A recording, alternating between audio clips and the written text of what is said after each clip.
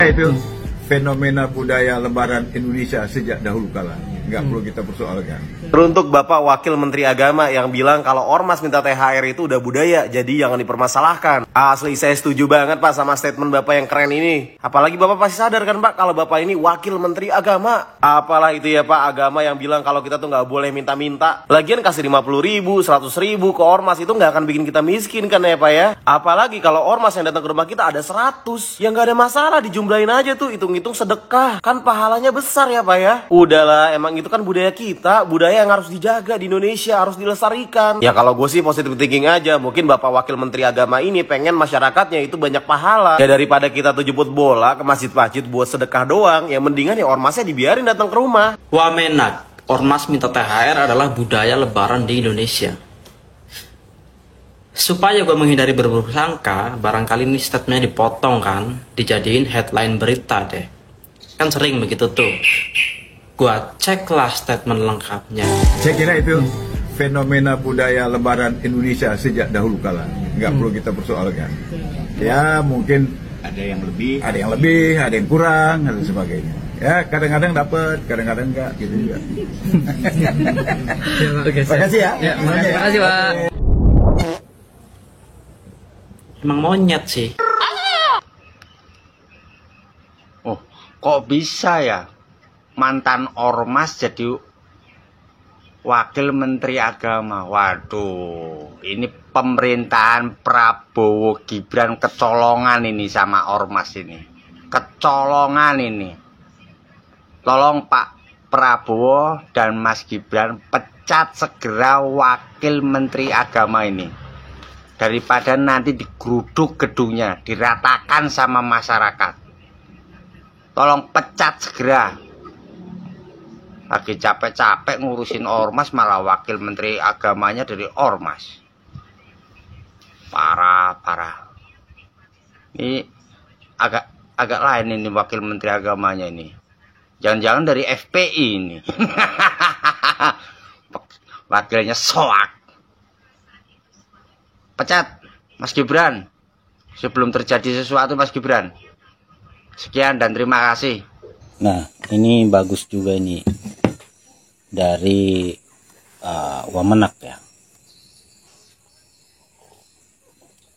Jadi apa yang disampaikan beliau ini mungkin banyak yang membuli, tetapi pada hakikatnya apa yang disampaikan oleh beliau ini mengenai ormas yang meminta THR mungkin kepada kolega-koleganya yang mereka kenal. Saya pikir itu memang tidak usah dipersoalkan. Saya sepaham dengan Pak Wamenak ini. Terpenting bahasanya itu jangan memaksa. Jangan menarget, jangan memaksa. Karena itu berkaitan dengan ketulusan keikhlasan para pihak, bahasanya ya lakukan juga dengan ketulusan keikhlasan juga, begitu saja. Jadi tidak usah kasihan dibully oleh Pak Wamenak ini, jangan. Itu berbicara dari hati. Jadi begini, kenapa saya menyetujui? Sebagai penggali Kitab Negara Pancasila abad 21, penerus revolusi intelektual Pancasila, menciptakan konstitusi negara Pancasila dan menciptakan terciptanya NKRI negara Pancasila sejati di bumi Nusantara ini, sesuai dengan perjuangan panjang kebangsaan Indonesia menuju satu bangsa Indonesia. Ada beberapa kaum organisatoris yang perlu kita ingat. Yang pertama, yang memperjuangkan terbentuknya bangsa Indonesia, negara Indonesia melalui klausula Pancasila 1 Juni 1945, saya kelompokkan menjadi 5 kaum organisatoris. Dan apakah mereka semua itu sudah mendapatkan haknya di negara NRI yang kalian bangun ini? Yang pertama, kaum filsuf, kaum pemikir atau kaum akademik. Itu yang berjuang untuk menciptakan bangsa Indonesia. Kedua, satu kesatuan kaum profesionalis seperti Budi Utomo CS itu. Kemudian Serikat Dagang, petani, semua. Kemudian kaum pemikir tadi itu seperti Trio Korodharmo, Taman Siswo, Sumpah Pemuda, dan seterusnya. Itu kaum akademik tadi itu, kaum pemikir. 2. Ketiga, satu kesatuan kaum society atau ormas. Nah, disinilah posisi kaum ormas. Bahwa organisatoris mereka juga di era silam juga berjuang kebangsaan Indonesia menuju satu bangsa Indonesia, satu negara Indonesia yang kemudian menciptakan bangsa negara Indonesia, Republik Indonesia yang merdeka, yang berdaulat. Kemudian yang keempat itu satu kesatuan kaum bijaksana atau kaum pelesi atau kaum politik, organisatoris politisi. Itu kaum bijaksana sebenarnya itu pada hakikat. Karena polisi itu artinya bijak. Politik itu artinya bijak. Nah, itu berjuang. Kemudian yang kelima adalah satu kesatuan kaum pewarta, pemberita, negosiator hingga diplomat, negosiator hingga diplomasi yang berjuang. Jadi kelima kaum organisatoris ini, apakah mereka sudah mendapatkan hak mereka di dalam alam kemakmuran, alam merdeka yang semua ingin makmur sampai hari ini? Yang sedikit yang lebih beruntung itu adalah satu kesatuan kaum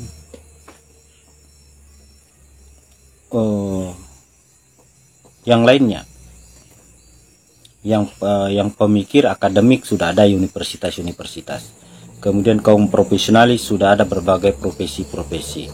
Kemudian kaum ormas, ini yang masih sakit. Kaum society, kaum kemasyarakatan yang mendampingi masyarakat. Kemudian yang kedua adalah kaum pewarta atau sekarang ini wartawan, negosiator, diplomator. Itu semua adalah berjuang di dalam perjuangan kebangsaan Indonesia menuju satu neti atau bangsa Indonesia, satu nasionalisme Indonesia di atas welestan caung Pancasila, menciptakan negara merdeka. Begitu.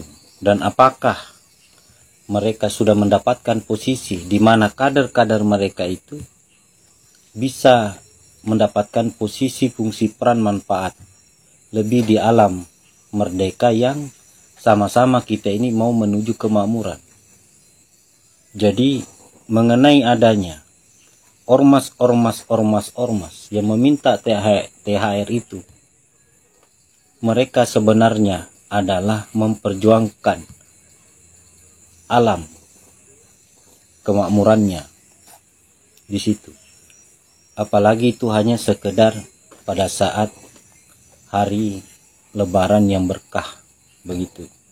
Jadi jangan dipersoalkan. Saya sangat setuju itu. Dan lebih jauh dalam kitab Negara Pancasila,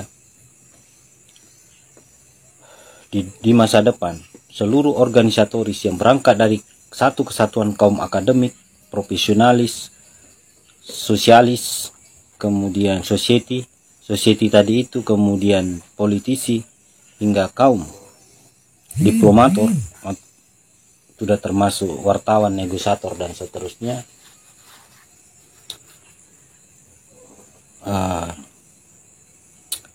Kader-kader mereka harus menjadi tempat untuk merekrut pengurus negara, tata negara, pemerintah sesuai dengan yang diberikan oleh kitab Negara Pancasila. Mereka menjadi bagian dari tiang-tiang tonggak kemajuan zaman, selain daripada partai politik. Kalau selama ini di institusi NRI yang kita punya ini, yang belum sempurna menjadi NKRI, yang sangat diperhatikan itu adalah kaum politisi, kaum pembijaksana di situ. Sedangkan dalam berjuang di era silam itu ada kaum filsuf pemikir akademik, ada kaum profesionalis, ada kaum sosial, ada juga kaum pemberita, negosiator, diplomator yang memberitakan mengenai bangsa perjuangan bangsa kita, negara kita melalui media-media cetak hingga mereka menjadi diplomator untuk pengakuan kedaulatan atau menjadi penyokong daripada perjuangan diplomasi kita internasional. Dan itu dalam kitab negara Pancasila dan grand sistem tata negara Pancasila ini, dalam kitab negara Pancasila menuju cita-cita negara Pancasila masa depan. Jadi proses kaderisasi, personalisasi, republikasi dari seluruh kaum organisatoris yang ada itu, kelima itu akan diberikan kanal seperti partai politik selama ini untuk mendudukkan kader mereka dan tanpa harus ikut politik. Itu kalau kitab negara Pancasila yang berbicara. Itu saudaraku. Jadi mungkin kalian yang membuli Pak Wamenak belum memahami sejarah, belum memahami arah cita-cita standar negara Pancasila kita. Dan saya kasih tahu, saya kasih pembanding. Dan saya sebagai bagian anggota bangsa, warga negara yang memikirkan kesempurnaan daripada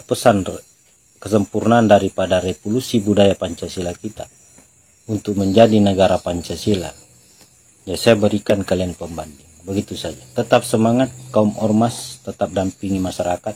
Salam Pancasila, salam proklamasi merdeka, salam Garuda Pancasila, salam kitab negara Pancasila menuju negara Pancasila sejati. Itu bagian daripada hak kalian di alam kemakmuran.